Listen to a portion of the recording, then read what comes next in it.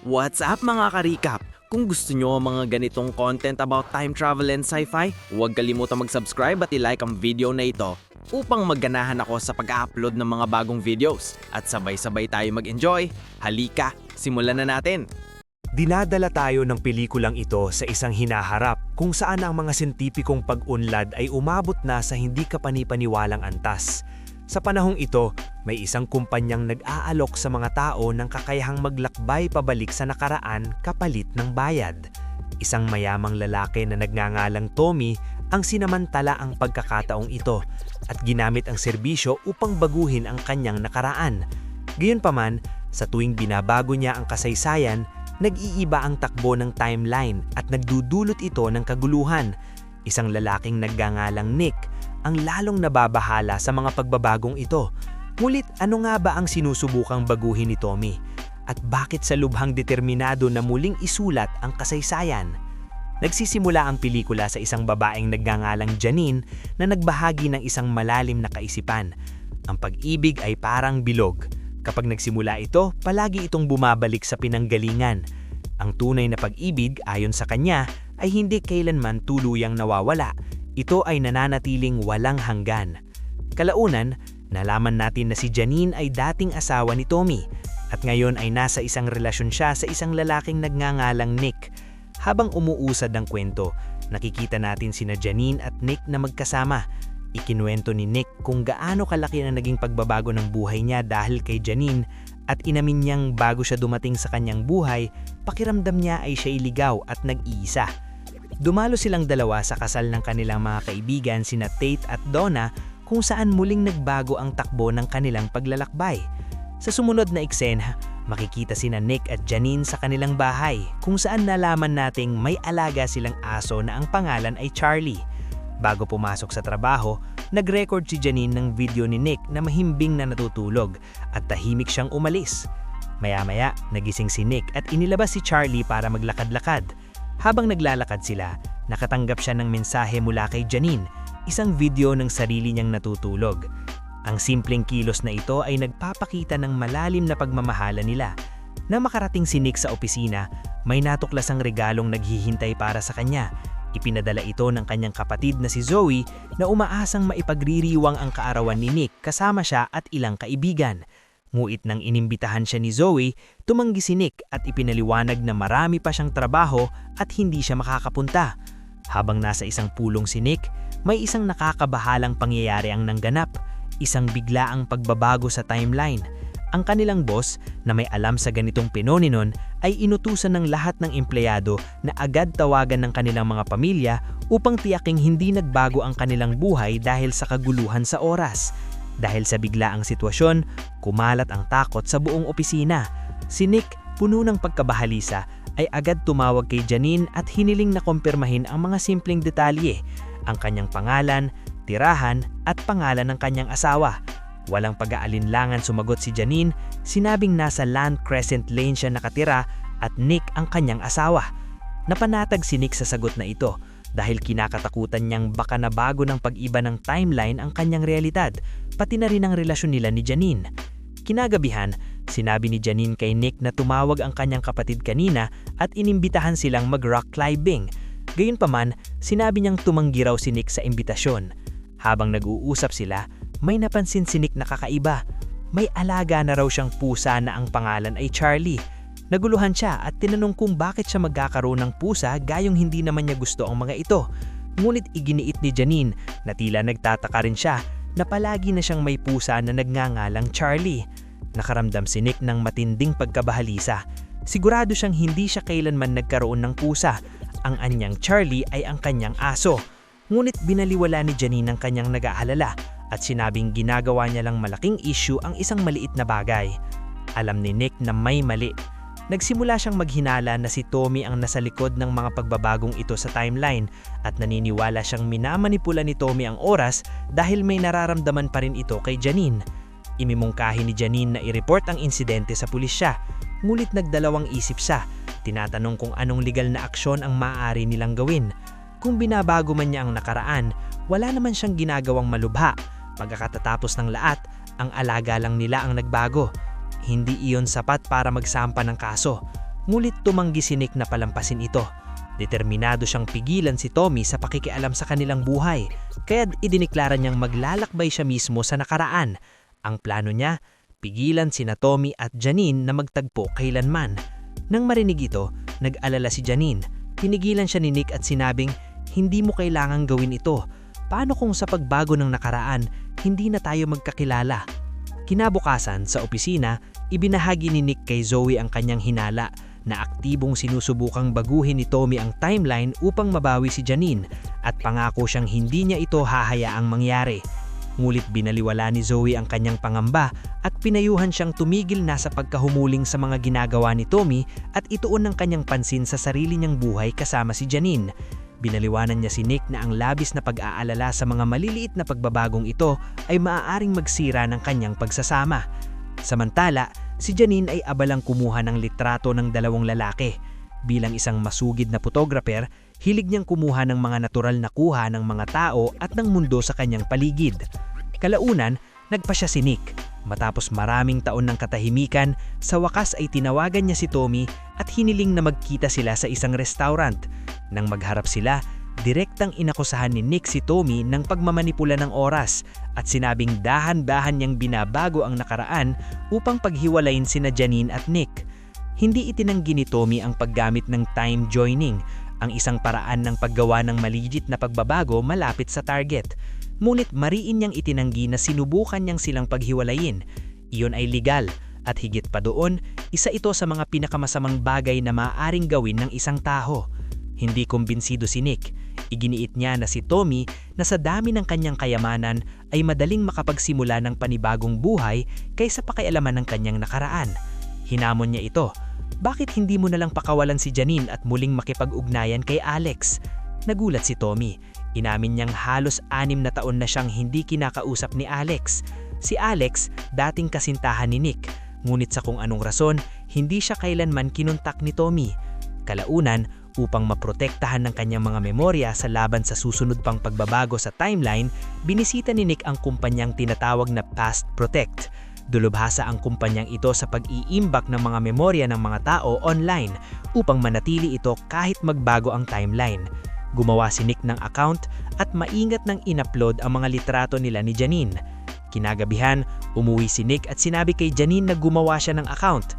Ipinaliwanag niya na kung sakaling baguhin muli ni Tommy ang timeline, ma-access niya ang kanyang nakaimbak na memorya upang mapatunayan na si Janine ay at palaging naging kanyang asawa. Ngulit sinurpresa siya ni Janine ng hindi inaasahang balita. Inamin niyang personal siyang nakipagkita kay Tommy at hiniling na tigilan na niyang pakialaman ng kanilang relasyon. Sa kanyang ikanalaga, pumayag si Tommy. Bago sila maghiwalay, binigyan pa siya nito ng regalo. Nagningitan ng galit si Nick nang marinig ito. Ang ideya na nakipagkita si Janine kay Tommy nang hindi niya alam ay labis siyang ikinagalit at sa kanyang pagkainis, itinapon niya ang regalo ni Tommy. Kinabukasan, halatang upset si Janine. Nasaktan siya na kumbinsido pa rin si Nick na sinusubukan silang paghiwalayin ni Tommy. Upang mapanatag siya, nagpadala si Janine ng video message kay Nick. Sa video, mariin niyang sinabing walang sino man ang maaaring pumagitan sa kanila at ang kanilang relasyon ay nasa sarili nilang mga kamay. Kung mananatili ba man sila o hindi, iyon ay desisyon nilang dalawa, hindi ni Tommy. Nang marinig ang kanyang mga salita, sa wakas ay naunawaan ni Nick ang katotohanan. Hindi siya kailanman ipagkakanuluhan ni Janine at kahit magbago pa muli ang timeline, palagi siyang makakahanap ng paraan pabalik kay Nick. Kinabukasan, nakatanggap ng malungkot na balita si Nick. Ang kaibigan ni Zoe na si Sibelia ay namatay sa isang aksidente sa rock climbing. Nabigla siya at agad na pinuntahan si Zoe para aliwarin. Wasak na wasak siya at inamin niyang si Sibelia lang ang tanging taong malapit sa kanya. At ngayon ay pakiramdam niyang ganap na siyang nag-iisa. Habang tinitignan si Nick, nagbigay siya ng taos-pusong payo. Inhimok siyang pahalagahan ng kanyang relasyon kay Janine at binaliwanan siya na kung sakaling maghiwalay sila, pareho nilang mararamdaman ang matinding kalungkutan na nararanasan niya ngayon. Kinagabihan, inilabas ni Nick si Janine, umaasang mabibigyan silang dalawa ng pahinga sa stress at lungkot na bumabalot sa kanila. Habang sinusubukan nilang mag-relax, may isang nakakatakot na alon ng oras na paparating sa napakabilis na bilis. Sa mandaling makita ni Nick ito, agad niyang napagtanto kung ano ang nangyayari. Binago ni Tommy ang nakaraan at bilang resulta, ang lahat sa kanilang buhay ay malapit ng magbago. Bago pa siya makakilos, nagbago ang timeline. Sa isang iglap, wala na si Nick sa tabi ni Janine. Sa halip, natagpuan niya ang kanyang sarili sa loob ng isang sasakyan. Dahil sa matinding pagkahilo, agad niyang kinuha ang kanyang telepono upang tawagan si Janine. Ngunit laking gulat niya nang mapagtantong wala na ang numero nito. Isang nakakakilabot na katotohanan ang bumungad sa kanya. Hindi na niya asawa si Janine sa timeline na ito. Pag-uwi ni Nick, isa na namang pagkabigla ang sumalubong sa kanya. Iba na ang itsura ng kanyang bahay, ngunit mas nakakagulat, naroon pa rin ang kanyang alagang aso na si Charlie. Habang pilit niyang inuunawa ang lahat mang nangyayari, nalaman niya ang pinaka-nakakabahalang katotohanan sa lahat. Sa realidad na ito, si Alex ang kanyang asawa. Dahil sa biglaang pagbabagong ito, likas na inilayo ni Nick ang sarili niya kay Alex. Agad napansin ni Alex ang pagbabago sa kanyang kilos at naramdaman niyang may mali sa pagitan nila. Kinabukasan ng umaga, nagising si Alex na mag-isa. Paglingon niya sa paligid, napagtanto niyang pinili ni Nick na matulog sa sofa sa halip na katabi siya. Nag-aalala sa kanilang pagsasama, pumasok siya sa trabaho at kalaunan ay tinawagan si Tommy. Ibinahagi niya ang kanyang mga alalahanin, sinasabing iniiwasan siya ni Nick at tila unti-unting gumuho ang kanilang relasyon. Samantala, sa binagong timeline na ito, si Tommy ay nakatira na ngayon kasama si Janine. Samantalang rin, si Nick ay nakatitig sa mga lumang litrato nila ni Alex, sinusubukang unawain ang buhay na kinalalagyan niya ngayon. Kinagabihan, dumalo sina Nick at Alex sa anibersaryo ng kasal ng isang kaibigan. Habang tumatagal ang gabi, nakaramdam si Nick ng panibuho at napagtanto niya kung gaano nasasaktan si Alex dahil sa kanyang pagiging malamig. Dahil dito, napagtanto ni Nick na hindi na siya maaaring patuloy na mabuhay sa nakaraan. Gumawa siya ng desisyon na tanggapin ang kasalukuyang realidad, makipag-ayos kay Alex at ialay ang kanyang buhay sa piling nito. Kinabukasan, nakatanggap si Nick ng hindi inaasahang tawag mula kay Zoe. Ibinahagi nito ang nakakagulat na balita, buhay si Sibilia. Labis na nagulat si Nick at nahirapang intindihin kung paano ito nangyari. Agad silang numungo ni Nick at Alex upang makita si Zoe at doon nila natuklasan ang isa pang hindi inaasahang katotohanan, magkaibig pala sina Zoe at Alex sa timeline na ito. Kalaunan, naglakbay sina Zoe, Nick at Alex patungo sa kagubatan kung saan naghahanda si Sibilia para sa isa pang rock climbing expedition. Habang nag-uusap sila, ibinunyag ni Sibilia ang katotohanan. Iniligtas si Zoe sa pamamagitan ng paglalakbay sa oras. Ipinaliwanag ni Sibilia na ang pagpigil sa kanyang kamatayan ay nagkakahalaga kay Zoe ng napakalaking halaga ng pera, dahilan upang siya ay tuluyang malugi. Nang marinig ito, pinanatag siya ni Alex at sinabing tama ang kanyang ginawa. Inalok ni na Alex at Nick si Zoe ng tulong pinansyal at ipinaalam sa kanya na hindi siya nag-iisa. Kinabukasan, nakatanggap si Nick ng tawag mula sa Pass Protect. Ipinaalam ng kumpanya na dahil sa pagbabago ng timeline, nabura ang lahat ng kanyang nakaimbak na alaala sa kanilang server. Gayunpaman, matapos magsaliksik sa kanilang mga archive, nakabawi sila ng isang sirang file. Nang buksan ni Nick ang file, isang video ang kanyang nakita, ngunit labis itong malabo at wala siyang maintindihan. Kinagabihan, muli niya itong pinanood, desperadong sinusubukang unawain ang laman nito. Ngunit gaano man siya magsikap, nanatiling hindi malinaw ang video. Kinabukasan, nakipagkita si Nick kay Zoe at sinabi niyang nais niyang magsagawa ng time joint. Ibig sabihin ay maglalakbay siyang muli sa nakaraan. Ibinigay ni Zoe ang address ng kumpanyang mag-aalok ng serbisyong ito, ngunit binalaan siya na napakamahal ng paglalakbay sa oras. Determinado, binisita ni Nick ang kumpanya kinabukasan at ipinahayag ang kanyang hangaring bumalik sa nakaraan. Habang ipinapaliwanag ng isang empleyado ang proseso, nalaman niyang mayroon lamang siyang 12 oras upang muling maranasan ang kanyang mga alaala bago bumalik sa kasalukuyan. Walang pag-aatubili, sumugal si Nick. Naglakbay siya pabalik sa nakaraan sa panahong siya at ang kanyang mga kaibigan ay nagtitipon sa paligid ng isang bonfire. Habang naroon, kinuha niya ang kontrol sa mga pangyayari. Palihim niyang inimpluwensyahan ng mga kaganapan upang magkatuluyan sina Tommy at Alex habang sinisiguro niyang maghihiwalay sila ni Alex. Sa panahong iyon sa kasaysayan, magkasintahan pa sina Alex at Nick, ngunit sinadya niyang lumayo, hayaang magkaroon ng mas malalim na ugnayan sina Tommy at Alex. Bago umalis sa nakaraan, nagsulat si Nick ng liham para sa kanyang nakababatang sarili na naglalamang ng taos-pusong mensahe. Hayaan mong magkatuluyan sina Alex at Tommy. Tunay nilang pinahahalagahan ng isa't isa. Lumayo ka at hayaan silang matagpuan ng kanilang kaligayahan. Sinunod ng nakaraang Nick ang payo sa liham. Hindi nalalamang binabago niya ang takbo ng sarili niyang hinaharap magpakailanman. Pagbalik ni Nick sa kasalukuyan, napagtanto niyang lubos nang nagbago ang kanyang buhay.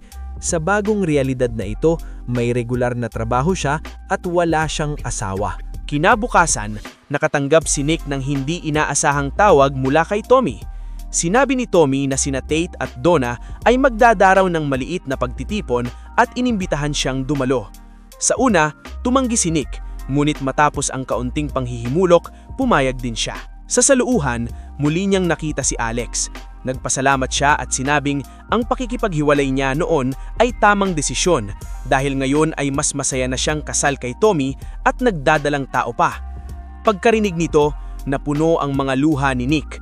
Gayunman, nagawa pa rin siyang ngumiti. Iminungos ni Alex na subukan na rin niyang mag-settle down. Dahil sa matinding emosyon, bigla siyang nagpasisyang umalis sa handaan. Ngulit bago siya tuluyang makalakay, may isang taong pumukaw sa kanyang pansin, si Janine. Nakangiti ito sa kanya. Sa sandaling magtagpo ang kanilang mata, may isang kamanghamanghang bagay na nangyari. Naalala ni Janine ang lahat mula sa nakaraang timeline. At doon nagtatapos ang pelikula tungkol sa paglalakbay sa oras. Sana nag-enjoy kayo mga ka-recap. Anong masasabi niyo sa movie natin ngayon? Mag-iwan ng komento sa baba.